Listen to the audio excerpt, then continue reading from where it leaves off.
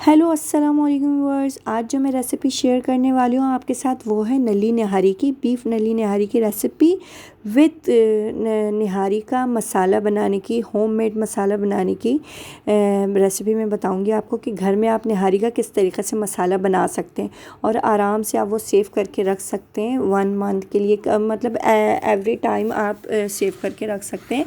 तो चलिए, निहारी का मसाला घर में बनाने के लिए क्या क्या अज्जा चाहिए होंगे वो मैं आपको बता देती हूँ, आप नोट कर लें इसको।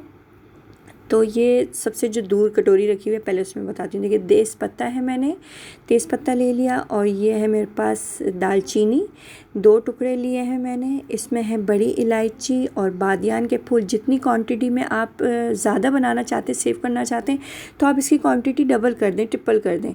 अच्छा, ये है चंद अदद मेरे पास लौंग के हैं मेरे पास। अच्छा, सब मैंने अलग अलग करके इसलिए दिखाया कि आपको पता चल जाए। अच्छा, ये मेरे पास सब्ज़ इलायची का पेस्ट पाउडर था। अच्छा, सौंफ मेरे पास 2 खाने के चम्मच है। पिसी हुई साबुत अदरक है, सूखी हुई, ये मैं सुखा के रख लेती हूँ और जब मुझे चाहिए होती है तो ये सौंड का काम करती है। बहुत ही मज़ेदार टेस्ट आता है इसके अंदर। और ये मेरे पास है अजवाइन मैंने आधा चाय का चम्मच ले लिया। काली मिर्ची चंद दाने हैं। ज़ीरा है 1 खाने का चम्मच, और साबुत धनिया है 1.5 खाने का चम्मच। अच्छा, हल्दी पाउडर है, नमक है, ये हस्बे ज़रूरत है। कश्मीरी लाल मिर्च है और पिसी हुई लाल मिर्च है, ये मेरे पास हस्बे ज़रूरत है। आप जितना कम ज़्यादा करना चाहें तो उस हिसाब से कर सकते हैं। अच्छा, ये सारा मसाला पीस के रखने के बाद अगर जब आप निहारी बनाना शुरू करें तो आप उसमें हल्दी नमक मिर्ची अपनी क्वांटिटी के हिसाब से डाल दें। ठीक है, तो मैंने ये बोन का गोश्त ले लिया है, 2 नलियाँ ले ली हैं। अच्छा, सबसे पहले इसको हम रोस्ट कर लेंगे। रोस्ट करने के बाद इसको हम पीस लेंगे। इस तरीके से सारी चीज़ों को एक जान करके इसको पीस लेंगे। अच्छा, अगर अब तक आपने मेरे चैनल को सब्सक्राइब नहीं किया तो पहले चैनल को सब्सक्राइब कर दें और वीडियो को लाइक कर दें, ज़्यादा से ज़्यादा शेयर करें। तो इसको आप 1 मंथ के लिए, या आप इसकी क्वांटिटी डबल ट्रिपल करके आप एक जार में भर के रख सकते हैं।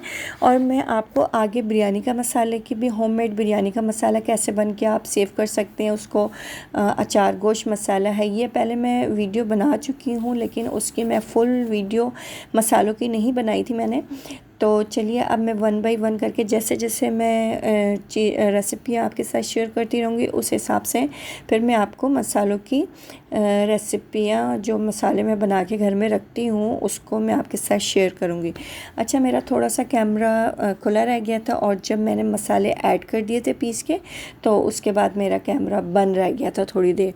तो ये तो वीडियो में चलता रहता है कि कभी इस तरीक़े से हो जाता है, कभी उस तरीक़े से हो जाता है, तो इस तरीक़े से कभी कभी हो जाता है। तो पहले चैनल को सब्सक्राइब कर दिएगा। और मेरी अभी वाईटी फैमिली छोटी है, थोड़ी दिन बाद बड़ी होती जा रही है। तो बहुत बहुत शुक्रिया आप लोगों का कि आप लोग मुझे सपोर्ट कर रहे हैं।